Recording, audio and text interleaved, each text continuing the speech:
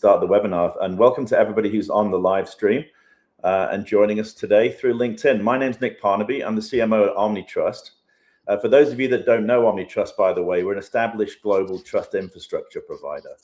We're based in the Washington, D.C. area, and we specialize in full chain of trust, really all the way from silicon to AI and to cloud. So think about us as a provider that starts in the device and moves all the way up to whatever you're doing with agents these days. Today's webinar is really focused on enterprise cloud identity and certificate management. There's some changes in the industry that are taking place. And what we have to deal with today is a new 47-day expiration rule, which has the potential to become something that's quite one of the biggest operational changes to certificate management that we've seen in years. And so as you look at this, think about time shrinking and the window shrinking for dealing with certificates. That's really forcing us to all think about automation if we haven't done that already. And these changes are being driven by the CA Browser Forum and the major browser vendors themselves to strengthen internet security. And so it's really trying to close that exposure window for everybody. And the question really isn't really whether you need automation for certificates these days. It's just how quickly can you get there, because the risk of outages now is very, very high. So that's why we're really fortunate today. We've got Roman Cinkais here. He's joining us from OmniTrust Prague office in beautiful Prague. And he's an internationally renowned expert on this topic. He's actually a wizard in cryptography. He's our SVP of Enterprise Products at OmniTrust. He's also the chair of the PKI Maturity Model Working Group in the PKI Consortium. So I think he's pretty qualified to talk about this topic. We were lucky to have him join our company last October. He founded a company, he co-founded it. It's called 3Key. You may be familiar with their product, formerly known as Certainly. It's now part of what we call Identity Lifecycle Management for short, or ILM. And think about that as certificate management on steroids. It's really taking it beyond certificates into keys, tokens, secrets, signatures, and much more. And so this certificate topic is absolutely central to what Roman and his team are focused on. Today's webinar is really going to be a practical roadmap. So I think you can push us to the agenda slide now, Roman, if you'd like to, so we can share that with everybody. Thank you. So whether you're just getting started and you've got this in hand, Roman's going to cover the key considerations, the pitfalls. He has a short presentation on the topic to bring everybody up to speed on this, and also the surrounding topics that it impacts as well. It's not just about certificate expiration timing. It's really all about what it takes to accomplish the level of automation that everybody's going to need to keep up. So whether you're responsible for PKI, infrastructure, IT operations, networking, DevOps, I think you'll find some really practical stuff today that you can apply immediately. This is a live event, so we are inside LinkedIn. Feel free to comment in the LinkedIn chat. We've got our very own Shahid. He's actually in the chat with you right now. And so he'll be answering questions on the fly. So feel free to ask questions as we go along. I've got a couple of questions I've put down for myself. I'll pull some from the chat as well. So at the very end, we'll make sure we have a chat with Roman about some of the key questions that have bubbled up today. And lastly, this is being recorded. So feel free, we'll get this out to everybody after the event. So you can pass it on to your colleagues and you can review after the chat. We'll wrap it up with a few short announcements about some things that are happening later. So with that, it's my pleasure to introduce Roman, and over to you, Roman. Thank you, Nick. Thank you very much for the introduction, and hello from sunny Prague. I would like to spend a little bit of time with you about the problem that is, from my perspective, more generic than only 47 days validity of certificates that is mandated by the CAP forum. So I would like to dig in more details about what it is and how the certificate lifecycle market is changing. And eventually, I would like to show you what is our perspective, what is our approach, how we would like to solve this problem, and give you some demo. So if you will have any question, or anything you would like to discuss, please use the comments, use the chat. We are more than ready to get in touch with you and discuss it. So,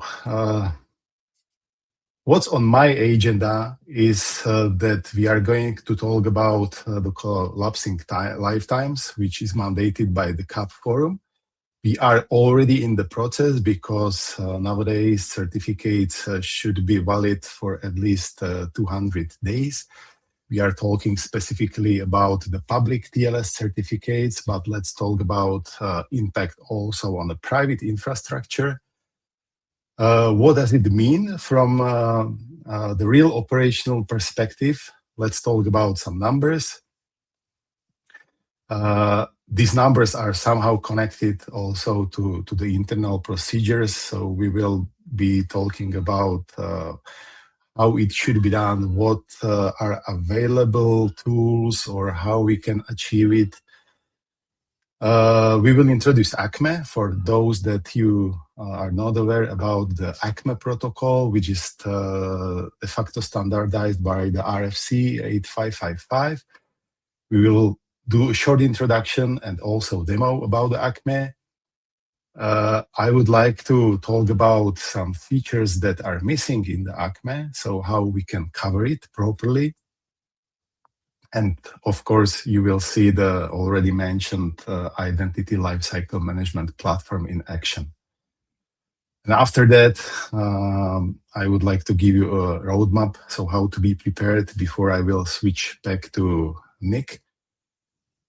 So the CAP Forum decided on April 2025 that the certificate validity of public TLS certificates will be shrinking. First to 200 days. This is the period where we are now. So from the March 15, 2026, all certificates that are publicly issued by public authorities that are regulated under CAP Forum must issue certificate with validity less than 200 days. In a 1 year period, we will need to issue 100 days, and eventually from the March 15, 2029, it will be 47. Also, there is a mandate that the domain validation should also shrink to 10 days. And all of that is basically prescribed because reducing the risk associated with the quantum technologies that we are expecting very soon. However, no one is able to tell you the exact date. And also AI exposure, because with the AI, there is also an increasing risk of vulnerabilities that needs to be patched. And all of that is going to mitigate these risks. So these are the main reasons why the CAP Forum is shrinking the validity of certificates. It's not because we want to have like more work, we want to spend more effort with the certificates, the renewals, and so on. But we want to be sure that everything is done properly, securely, and on time. I would like to speak about certificates, maybe in the next slides, in a more generic way, because the approach we are going to talk about can be easily applied also for other types of the certificates, for the client certificates, SMIME certificates, or any other. You can imagine what you have in the infrastructure. So that's the lifetime. Now, what does it mean from the operational perspective? If you have a standard certificate which was issued before this new mandate for 1 or 2 years, then the shorter lifetime means at least 8.5 times shorter lifetime, which means that you have more than 12 times renewals of the web server certificates during the year.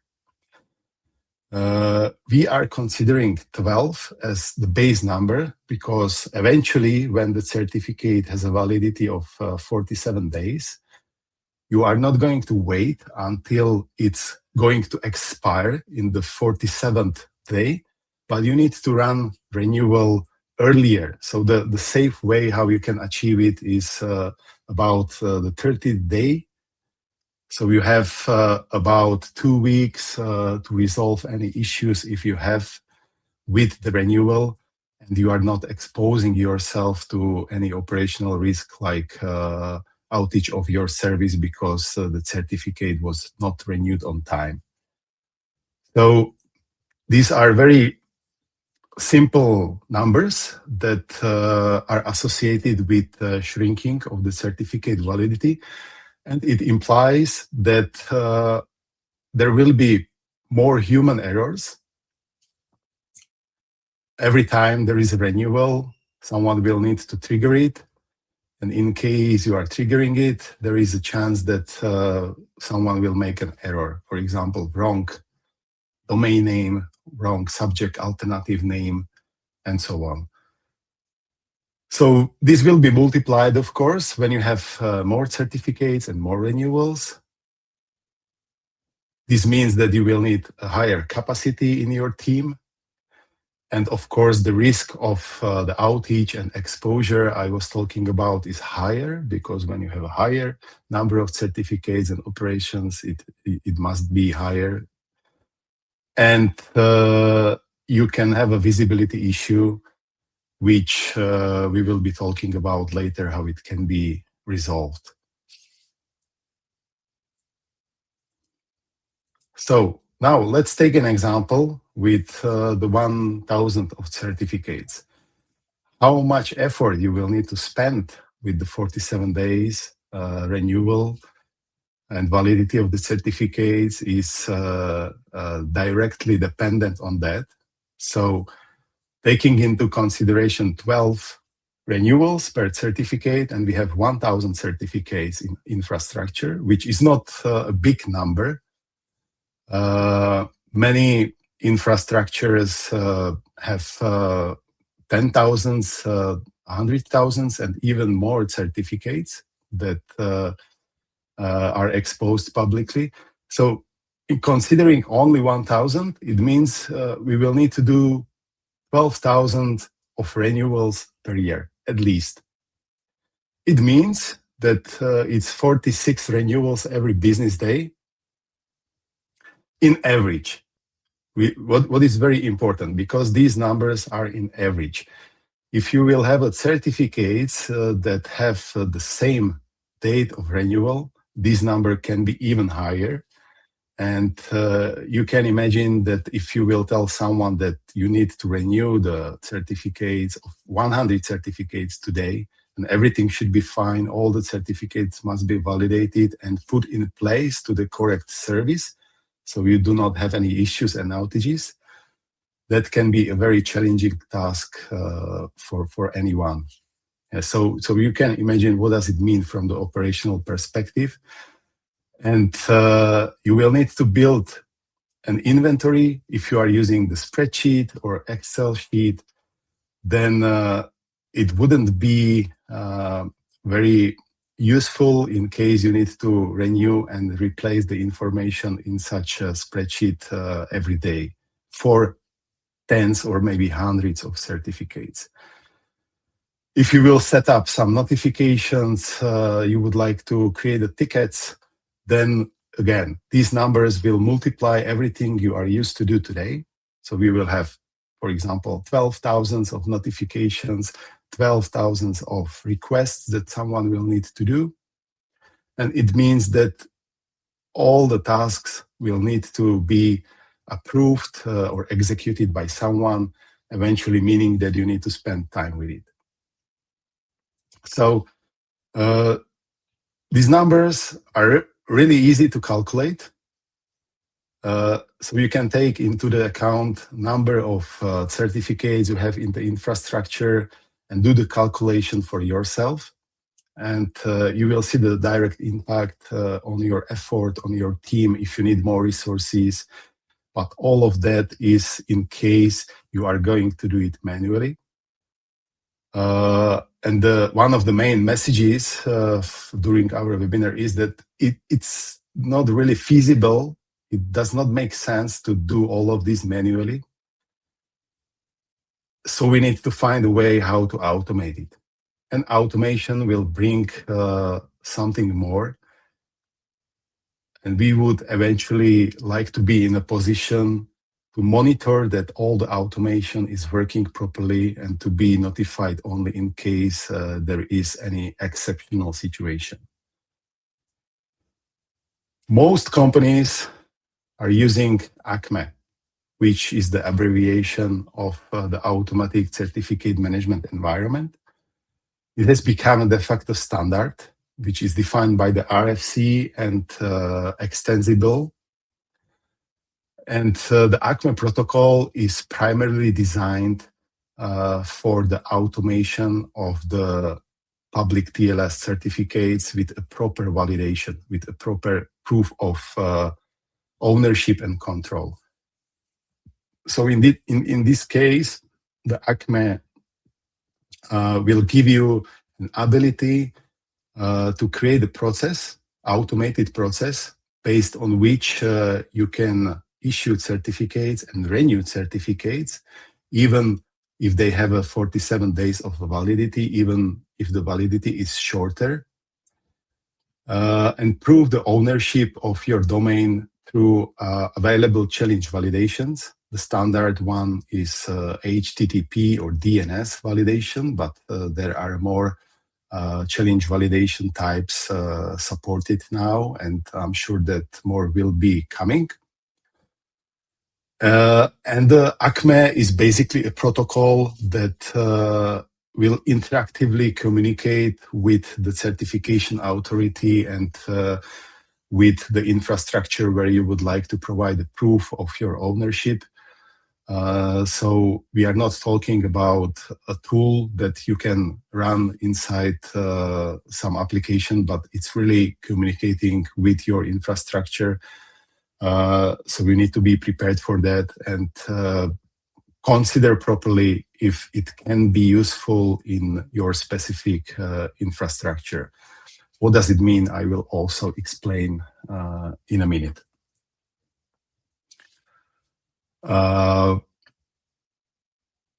What is also good to mention, the ACME currently contains renewal by design, because there is an extension which is called ACME Renewal Information, and it can provide useful information to clients that are using protocol for renewing of the information of the certificates when the certificate should be renewed. There might be a situation that certification authority was compromised, for example.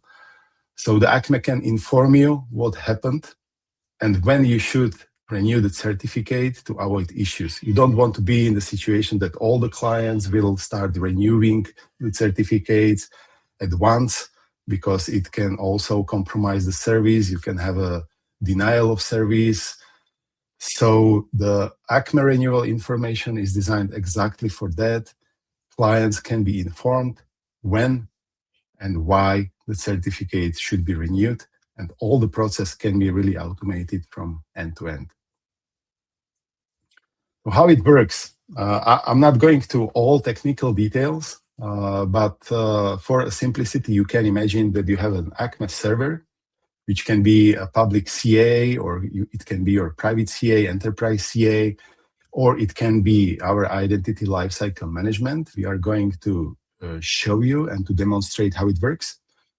And on the other side, you have a ACME client, which can be any implementation.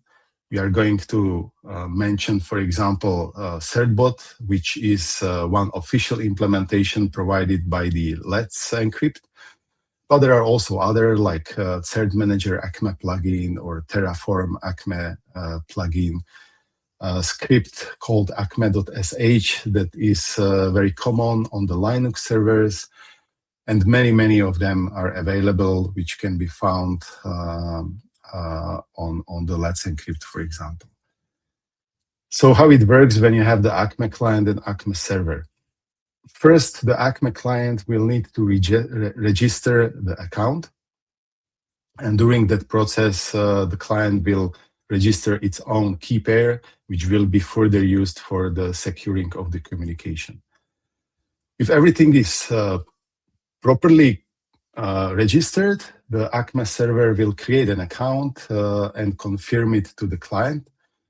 And from that point, the Acme client can start requesting the certificates. The Acme server will be providing the challenges. So the challenge is some random value that is generated by the Acme server and provided to the Acme client to publish it, for example, on the HTTP web server or in the DNS text records. So the Acme server can then check it, which means that if the client is able to publish it, it's the owner of the domain, because otherwise you shouldn't be able to publish the challenge into your own domain, even under the HTTP. So that's like the assumption with which the Acme is working. And once everything is validated properly, the Acme client can finalize the order, which is the request for the certificate, and the Acme server and the certification authority that is behind it will confirm and issue the certificate. Acme client then stored certificate, for example, in the local store, or can be further published, stored, or provided to some application. So in this simple process, how Acme works, you can see that it's an interactive protocol, as I mentioned before.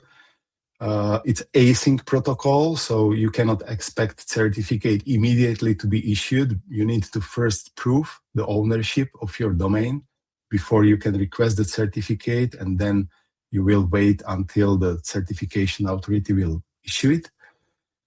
And it's important to know that there might be some restrictions because the Acme client needs to reach your infrastructure, especially if you are in your private infrastructure.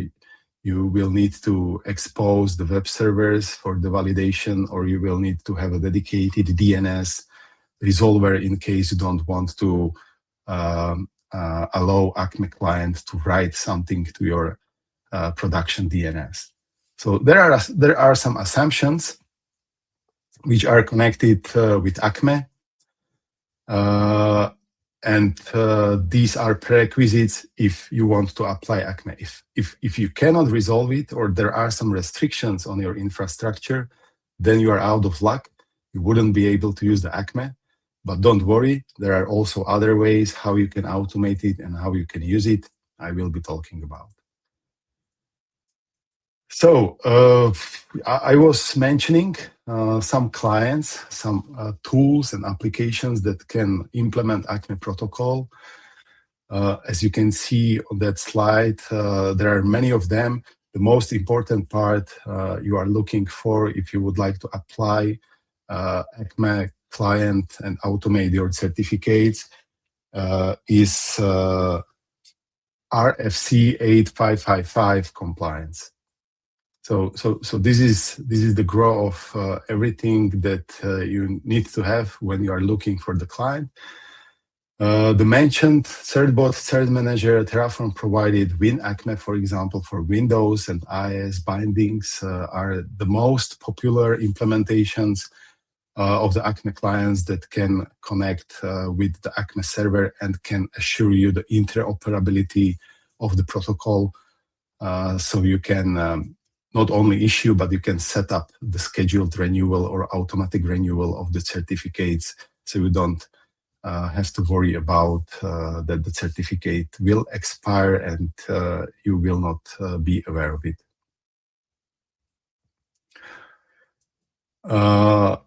Acme is very great protocol. We are using it on a daily basis also. However, it has limitations. Acme was primarily designed, as mentioned before, for the public TLS certificates. It currently has extensions for SMIME certificates. There will be also other type of the certificates that can be managed under the same ACME protocol, with the difference of how you are going to prove the ownership of the information that is contained in the certificate. However, it's primarily used for the managing of the certificate. So you can issue, you can renew. That's basically everything what you can do in the simple words with the ACME protocol. You cannot revoke and you cannot have a visibility. So that's something what is missing in the ACME.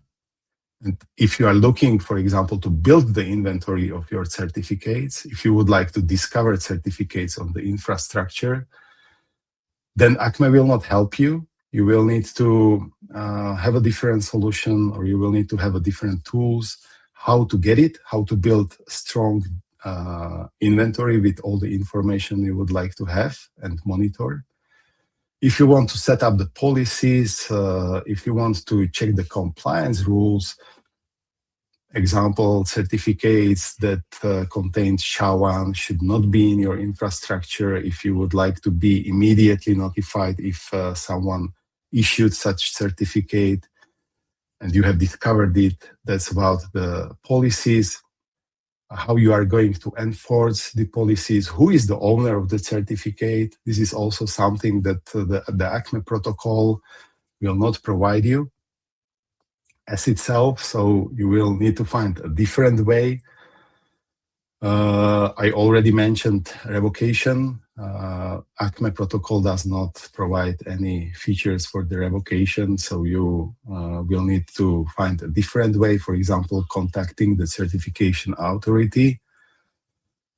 And of course, the ACME protocol does not give you the audit or reporting because it does not have an inventory.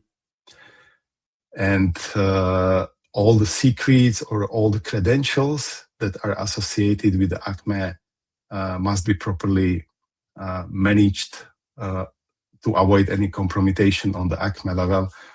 So in that case, the keys and secrets beyond the TLS certificates or SMIME certificates cannot be directly managed by the ACME protocol. There might be more like features that cannot be provided by the ACME protocol itself, but this should be the main. So in case you are looking for something like this, you should be aware that ACME will not help you. ACME can help you to automate. ACME can help you to manage, but cannot help you to build a complete visibility and set up your rules, policies, and reporting on top of that. So when we are speaking about this,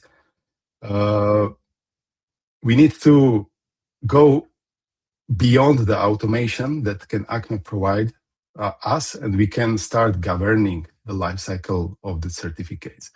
That's exactly about building the inventory, having visibility, setting up the ownership, having all the evidence in one place, and what is most important, you want to start building the crypto agility to be able to replace, for example, cryptographic algorithms when the quantum threat will be on the table, and we will have to replace all the certificates that are not quantum safe, that are associated with RSA algorithms or ECDSA elliptic curves immediately for something that is quantum safe.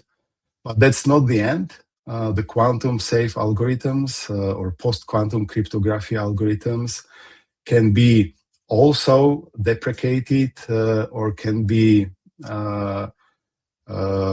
somehow not trusted, can be, or you will need to replace them either. So that's the crypto agility. Basically, you will need to be able to react on the changes very quickly.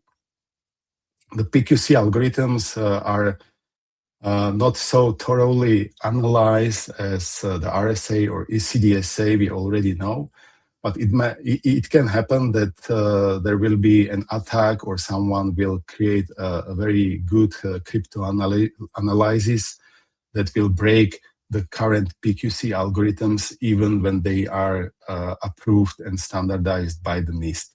So you need to be prepared for that, of course. And that's about the crypto agility. You should be able to not only see your certificates, but you should be aware of your algorithms, eventually what are your protocols used in the infrastructure and the secrets. That's why I want to talk about a generic way how to achieve automation, not only in terms of the 47 days validity of public TLS certificates, because this adaptation is becoming very critical and very important. Probably you have heard that the AI has developed a crypto analysis attack on the Hawk, which is the candidate of the NIST PQC round, which is the next round that is currently under progress. It was announced recently. And this is just an example how quickly something can break and how quickly you will need to adapt. So that's your ultimate goal from my perspective, from the automation, governance, adaptation. And from that point, I would like to give you a little bit information about the identity lifecycle management, aka certainly, which is the project we have established a couple of years back as an open source lifecycle management platform. And it's built exactly for that purpose we are talking about in this webinar. So the identity lifecycle management in its core gives you all the capabilities you can use for inventory, discovery of certificates or any other cryptographic assets, including keys or CBOMs, secrets. And you can start managing these cryptographic assets when you have a connected certification authority or HSM or some vault where you can manage the secrets, which gives you a full control from the inventory management and eventually automation of everything you have inside. So you can define your own policies, you can see the audits, you can see the reports, you can use the protocols like ACME independently on the certification authority you would like to use.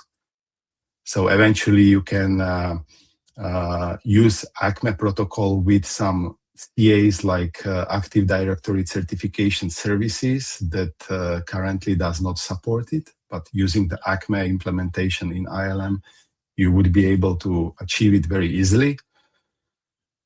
And it gives you a full control of the events and the workflows, what you would like to execute when something happened. For example, certificate is going to expire. I would like to notify someone like owner that certificate should be renewed. If some manual operation should take place, the owner should be able to do it. Or I would like to push the certificate to some specific places. So all of that is available in the identity lifecycle management. And the main goal why we are building it is we would like to help everyone to solve the issue of a proper 100% management of all cryptographic assets, not only certificates, to have a complete visibility and protection against some internal or external attacks. Avoid outages, have a simple tool that can be used for migration to different certification authorities or to the PQC algorithms. And eventually all of that is under one umbrella. So it's not built like a puzzle. Everything is properly integrated. So you don't have to deal with a separate product that should be integrated together. You can simply work with all the assets seamlessly under one platform. So with that, I would like to go to a live demonstration. So let me switch the screen.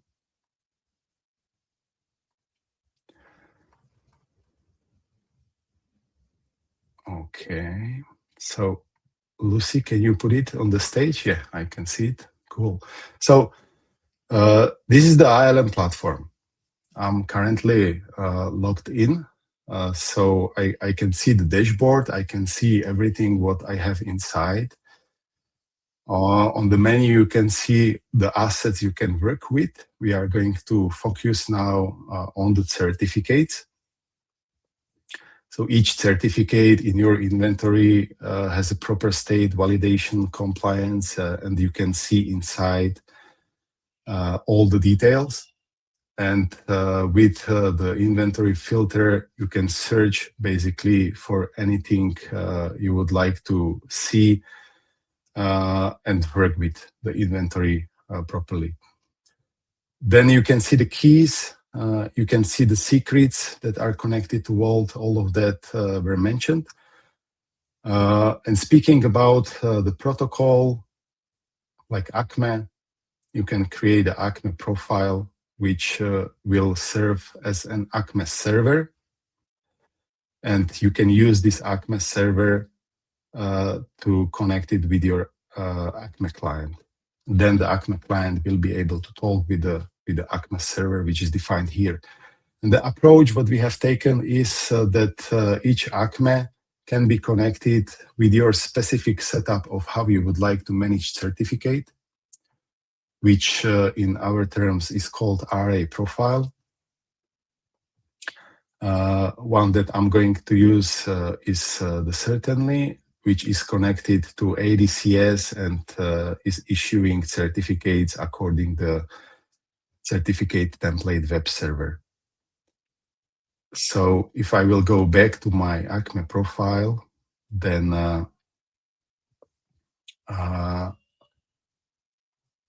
I will see it here. So it's connected, something that should be happening. I'm not going to explain all the details. We don't have time for that.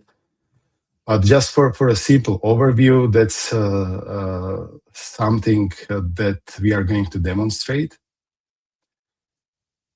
And once we will run it, the expectation is that we will see the certificate for our webinar issued here, and we can validate it on the ACME client side. So I will demonstrate it through the Cert Manager, which is a very popular implementation of the ACME client. So let me share my console for now. Lucy, can I? Yeah, thank you. So here I have a console with the Kubernetes where I have a Cert Manager. I will try to make it bigger for you so you can read it. Cool.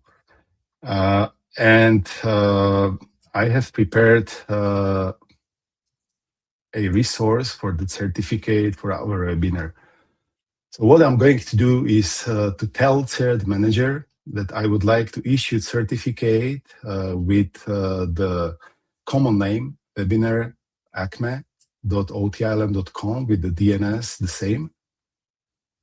And I would like to issue it through our issuer that is already pre-registered. I will show you quickly how it looks.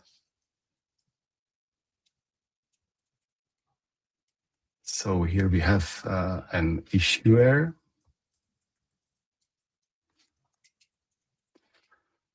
And as you can see from the details, it's connected to this URL and the account starting with PBV. once we will go back to the ILM, we can check if that account really exists. And we can see that it's registered. So we are going to use it in our certificate. Here we have a reference to the issuer, which should use the ACME we have set up, and the certificate should be issued.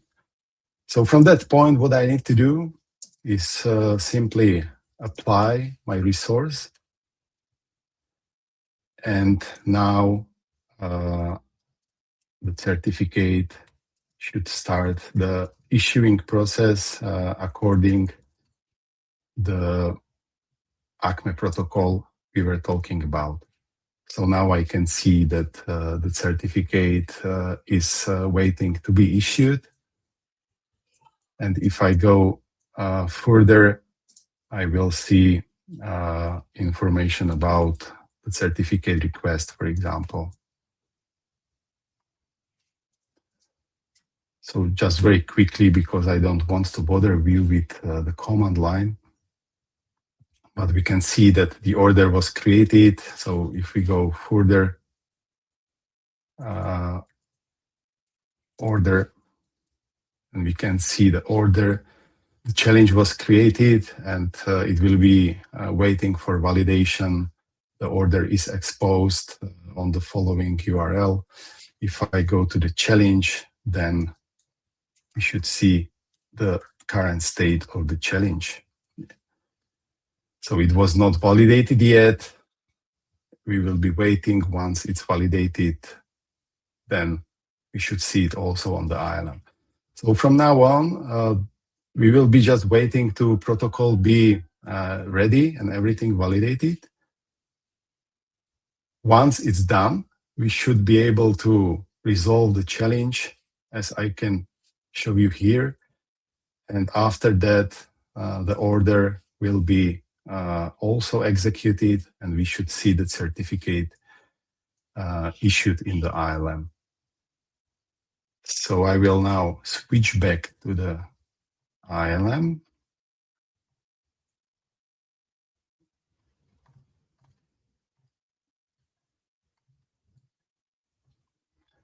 Cool. And first, let's go to the ACME accounts.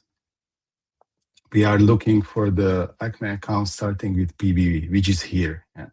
So this is exactly the account that was registered by my issuer. I was showing to you through the threat manager, and I can see the state. I can revoke the account, which will revoke completely the account, and it cannot be used anymore according to the specification of the ACME. But the ILM has also the feature to disable the ACME account in case you don't want to fully revoke it, but there is an issue and you want to stop using the ACME account for some reason. You can disable it. That's the operation that can be reverted back, and you can enable back the account once you are sure that everything is fine. However, the revocation is irreversible operation, and you will not be able to use such ACME account anymore. So I can see it here, all the details, the RA profile name, which is connected, and the ACME profile that is connected to this account. And all the details about the orders that are successfully validated, processing, and so on. So if I go to the certificates, now I see the new entry here, which is the webinar acmeotilm.com with the serial number starts with 1, 8, and so on. If I go to the details, I will see that it was issued by our protocol. So I can also see the detail is the same ACME account that we were using from the threat manager. So it's very likely the one that we were trying to issue. And we can see all the details now, including the requests, attributes, validation, approvals, and locations, if there are any complete information about the certificate. So what I want to do as the last step, just to validate that this is really the same certificate as we see here. So it should be issued by this issuer, and this is the serial number, starting 18, ending A3. So if I will now really quickly switch back to our client,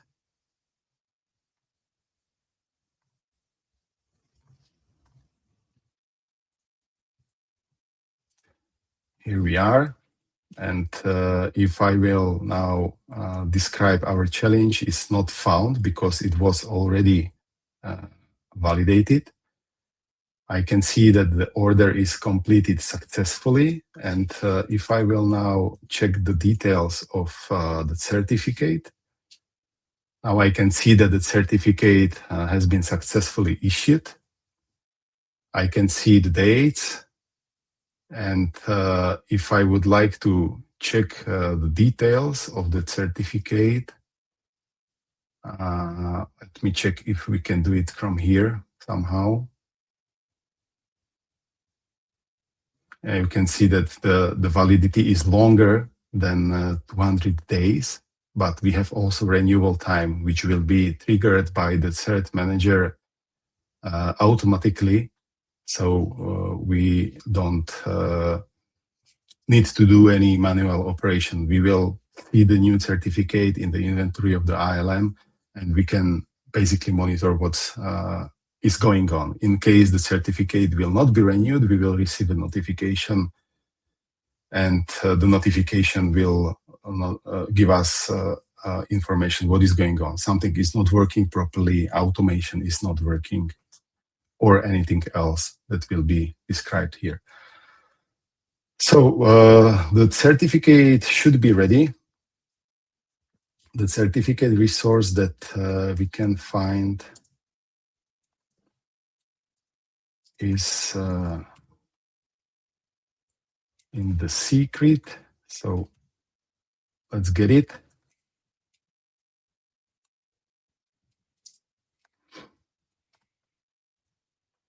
And if I will take the certificate from here, because it's not very user-friendly in this command line, I will quickly switch back to the browser.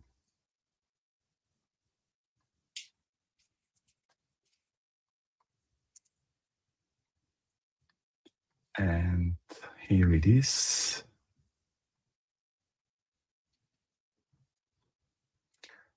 So I have pasted the certificate here, and the coding tells me that it's issued by our organization, which is true. The common name is fine. The serial number starts with 18 and with A3, which is also good. The sun is present.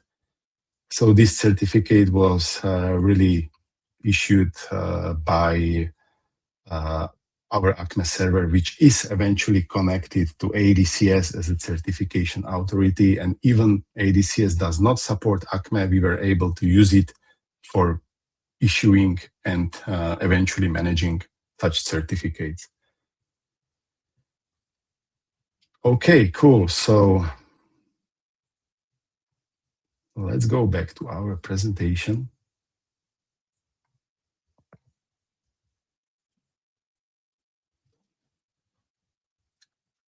Lucy, can I ask you to push it on the stage? Thank you. What does it mean now when we have talked about the ACME automation, agility, governance, and all of that? If you are not automating now, you should start designing how to do it, how to apply the ACME. ACME should be your baseline. ACME is used currently as a de facto standard, so it should be considered always as your baseline. We have developed a prioritized approach, and in our prioritized approach, the protocols like ACME that are standardized are always the priority number one. So you need to consider it. And you should start sooner than later. because you eventually want to achieve cryptographic agility, and there is a long way how to do it properly. So if you don't have an inventory, build it now. Implement the ACME as a first priority. If ACME is not possible from any reason, like you cannot apply it on your infrastructure because you cannot expose it to DNS, or you have a segmented network and you cannot easily expose HTTP challenges, then consider using the API of some lifecycle management tool or solution like ILM. That would be the second priority or second consideration. And in case this cannot be used even for some reason, then you can use a direct integration of your specific technology where you would like to manage certificates. Example can be the Java key store, or it can be some F5 load balancer or web application firewall. In that case, we provide a direct integration which can be used to directly issue and store certificate in the target technology, but it should be considered as a third priority because such integrations are always creating a vendor lock, which is something you want to avoid. So this is the consideration you need to do. Once you have it, you need to start governing the life cycle. You need to know your rules. You need to know your policies, which can be easily configured and set up.